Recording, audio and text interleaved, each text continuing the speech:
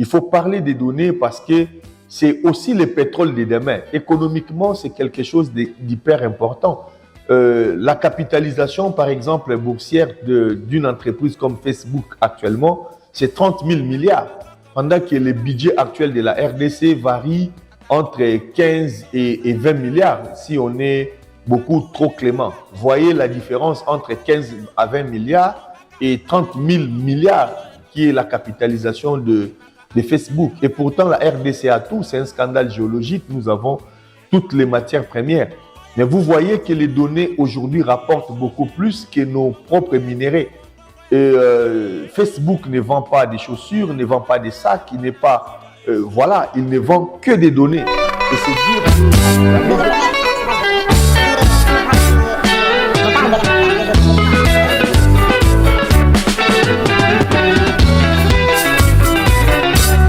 Je suis M. Teddy Mfitou, polymathe, chercheur, écrivain, consultant senior au sein du cabinet CICPAR, responsable des études innovation et développement chez Oumé Africa, directeur des publications du journal L'Objectif et rédacteur en chef adjoint du journal Congo Profond.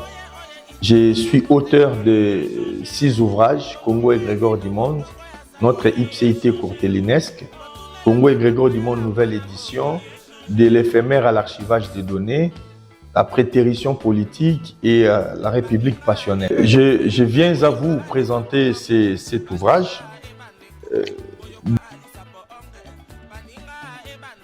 De l'éphémère à l'archivage des données, qui est un ouvrage qui vous parle de l'importance des moments capturés et de la capacité que nous devons avoir pour sauvegarder à la fois nos patrimoines, parce que c'est très important pour la transmission, que ce soit des savoirs antiques, des connaissances anciennes, de l'histoire, de la culture, mais aussi des inventions de nos aïeux qui ont permis à ce que le monde dans lequel nous vivons puisse... Le constat qui m'a permis de commencer la rédaction de cet ouvrage, c'est déjà le fait que les Afro-descendants de manière générale et les Congolais de manière très particulière ne sont que des utilisateurs.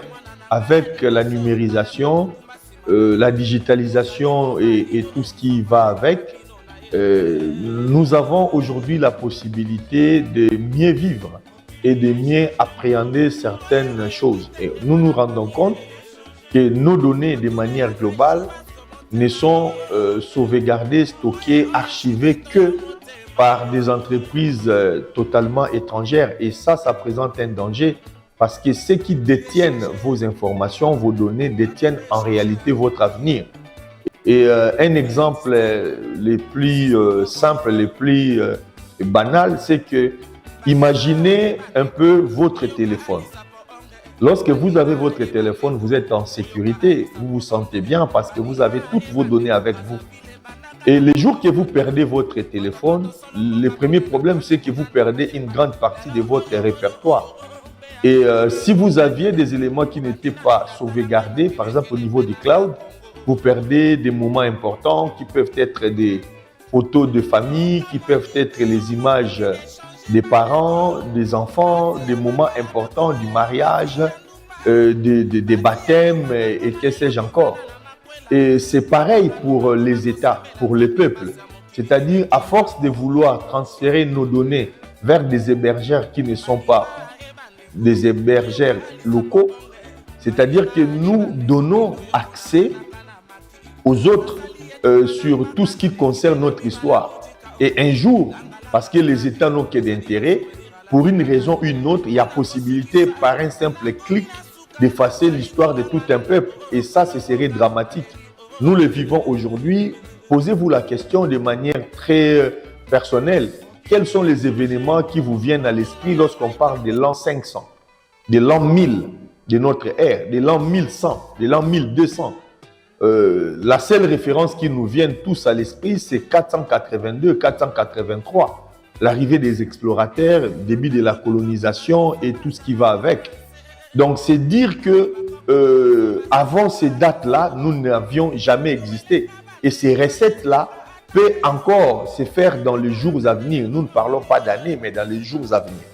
Dans les livres, nous faisons plusieurs propositions et je vous en donne là, comme ça, deux, pour que vous vous rendiez compte du travail que nous avons pu mener. La première proposition, c'est déjà de pouvoir parler de ces choses. Et ça passe par l'éducation. C'est important qu'au niveau de l'instruction publique, qu'on puisse incorporer tout ce qui a trait à l'éphémère, de l'éphémère jusqu'à l'archivage des données.